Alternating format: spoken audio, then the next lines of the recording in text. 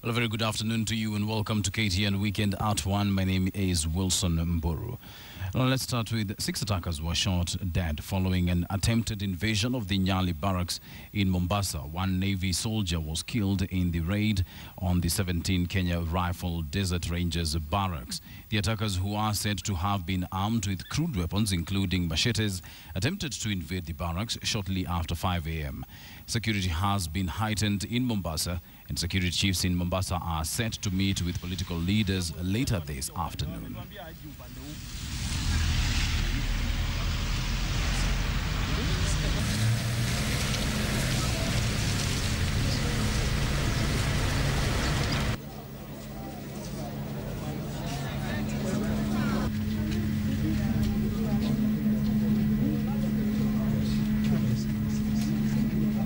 A gang of criminals in their normal minds would be wanting to raid an army barracks in an independent country.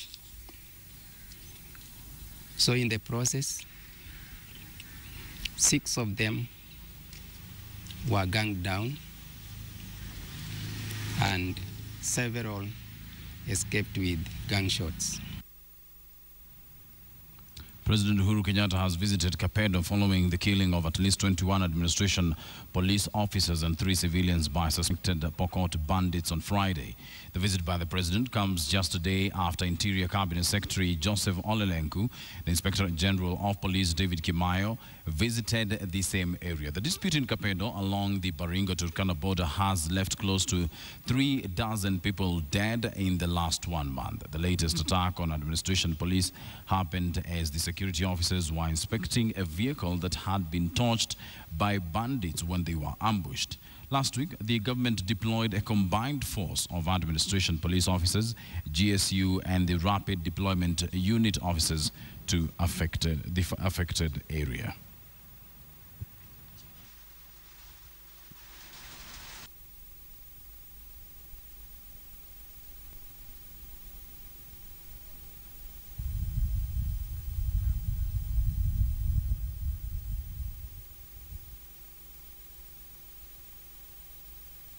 I'm now joined on phone by our reporter Ian Wafula, who is in Baringo County. Good afternoon to you, Ian. If you can hear me, could you tell us, give us an update of exactly the situation at this time in Baringo?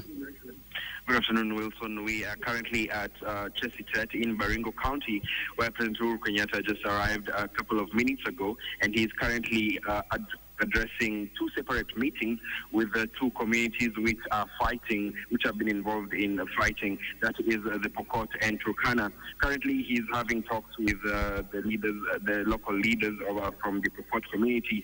Remember, Wilson, it was suspected that it was suspected bandits from the Pokot community who ambushed the 21 police officers who were killed yesterday. And while speaking to them, some of the local leaders from the Pokot community have asked the president to give them 2 weeks before they can return the firearms that were taken from these 21 administration police officers that were killed. Accompanying the president, we have Joseph Olelenku, that is Interior Cabinet Secretary. We also have David Kimayo, that is Inspector General, among other top government officials. Up to now, unconfirmed reports indicate that at least 39 people have died since this recent conflicts between the Pokot and the Turkana began. And right now, after this, we are heading into KAPEDO, which is 6 kilometers from Chesitet, where we currently are. The president will then be addressing the Turkana community, who in turn will also raise some of the issues that they think have led to this conflict. On the ground, we are also informed that this conflict has been led by boundary dispute and also cattle rustling. Now, the town that we're just about to head to, that is KAPEDO, has been the center of conflicts between these 2 communities. The Turkana claim that KAPEDO is in Turkana East, while the Pokot claim that KAPEDO is in Baringo County. So this has also been a big contributing factor towards this conflict. Earlier on in the morning, when we got to KAPEDO, there was a lot of tension between the residents there, and they did not know what was happening. All we could see was police patrols around the area. The residents claiming that the businesses were closed. There's no food because the town has been roads leading to the town have been blocked. But as of right now, there is calm has returned because of the police patrols in the area. Wilson. Well, one last question before I let you go, Ian. What is the mood in the area right now? What are the people saying? What is the security situation? Has it been beefed up? What are we seeing on the ground? As we listen to the people talk to the president, they are asking him to bring in more forces to control the situation, because they are afraid that if security is not beefed up, things could worsen. Earlier on, just like I said, tension was very high in the region. But when the president comes, majority of the people are feeling that there is hope for peace in the area and solutions are set to be met. All right, thank you very much, Ian, for that. We'll, of course, be keeping in touch with you so that you can continue to give us an update of the security situation in Baringo. Let's move on. In a section of Turkana, leaders have condemned the recent killings in KAPEDO area. They, however, snubbed today's visit by President Uhuru Kenyatta to the region, saying that they were not aware of that visit. The leaders, Senator John Munyes, Turkana East Member of Parliament Nicholas Ngikor, and Turkana South Member of Parliament James Lomenen, say the current KAPEDO situation is beyond the police and that the military should take over.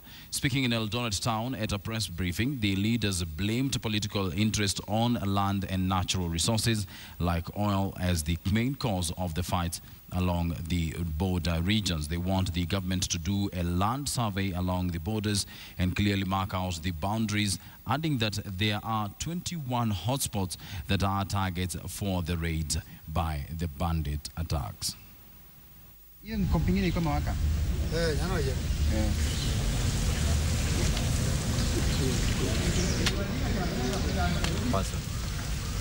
Where to buy it? You wanted something from... This is just justifying a wrong. Yeah, they want just to get school children there when they were swimming. Yeah, we did not cry. We know it. It's like 100 of them are killed.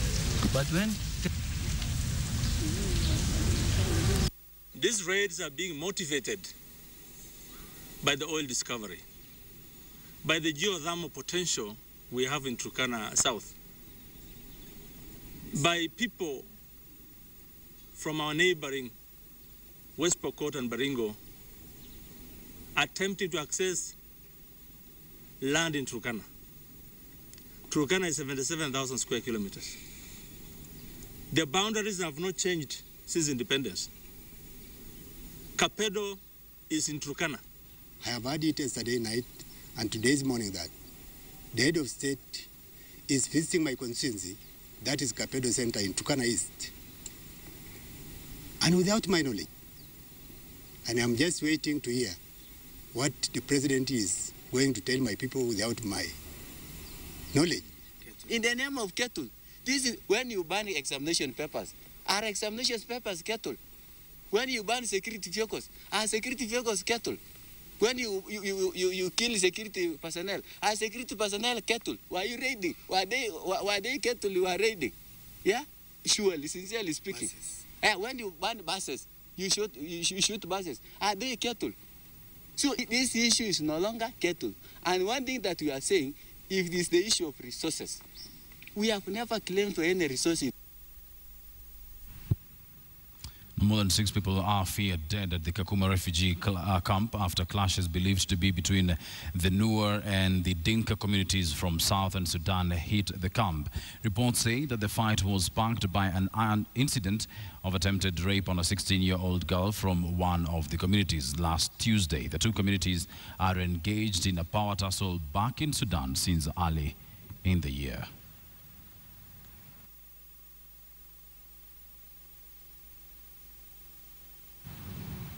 Now, the National Civil Society Congress has urged the government to address key issues that have led to the resurgence of land grabbing and the malfunctioning of the National Lands Commission.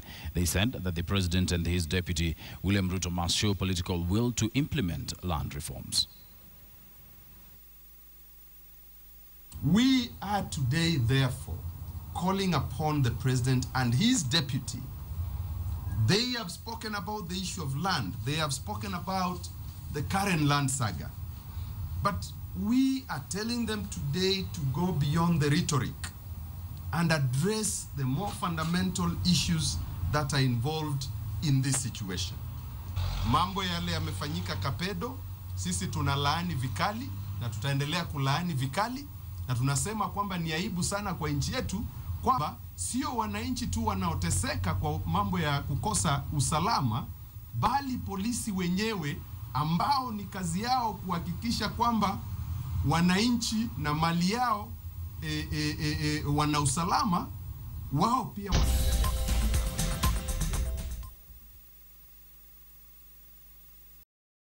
Kenya, or should we ask what knocked out what epitomized Kenyan sports in the 70s and the 80s?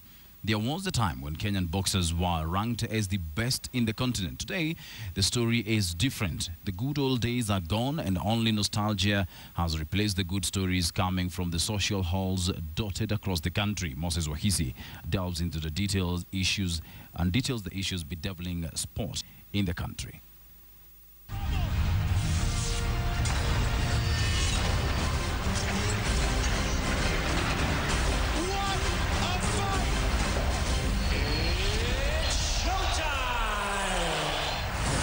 Once upon a time, a mention of boxing and Kenyan boxers came in mind, and the opponents will shiver if they were paired against the Kenyan pugilist.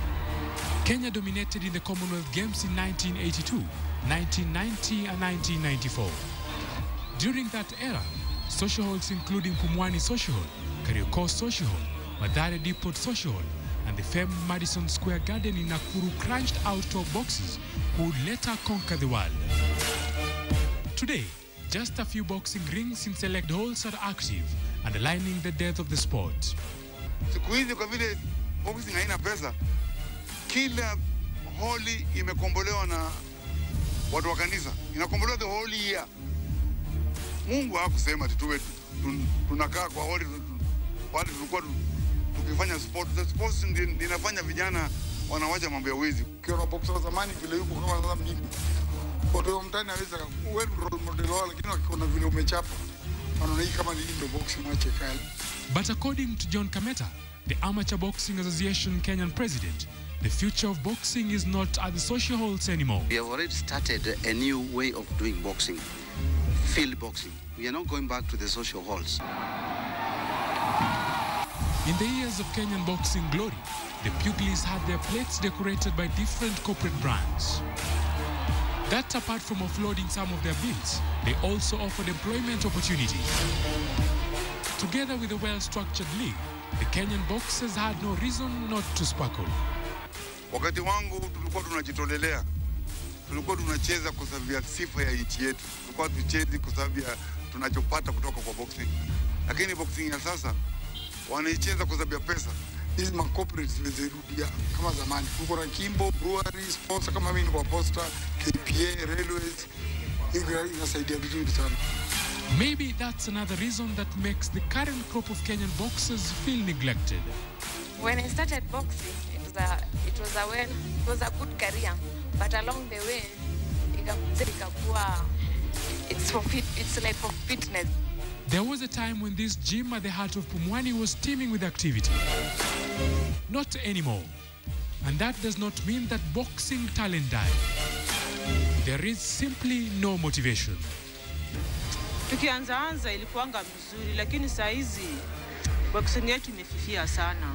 Hakuna masponsor, hakuna anything, yani tuko tu. Tunacheza kiroju, hakuna kitu unapata baada ya kutrain, baada ya kucheza game, hakuna kitu bado unapata. Even Kenyan star Eton Okwiri, who kicked off his chase for the 2016 Rio Olympic ticket in a resounding style, knocking out top seed Austrian Marcos Nada in the preliminary welterweight bout in the AIBA competition last week, is a disappointed man. At least tukienda kule tu feel pia tunasupportiwa kutoka nyumbani. Sisi tunaenda tu ni kama tumejipeleka sisi wenyewe. Tunawakilisha nchi at the same time, lakini hakuna mtu yote. Unapata pale kwa kona hakuna mtu anakusupport. Ni coach pekee anapiga tu kelele na ni coach ni wawili peke yake. I wrote over 28 letters.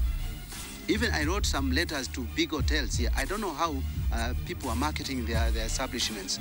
I went to Kenya Tourism Board. I wrote to them. They have dodged me like I'm looking for money to take my kids to school. Controversy off the ring gives others a platform to question the driving factor that places Kenyan boxers in competitions against opponents who enjoy wider exposure and experience. Chukueni makoches ambao wanajua walicheza hizo vitu na wanajua vile boxing inavyotakikana.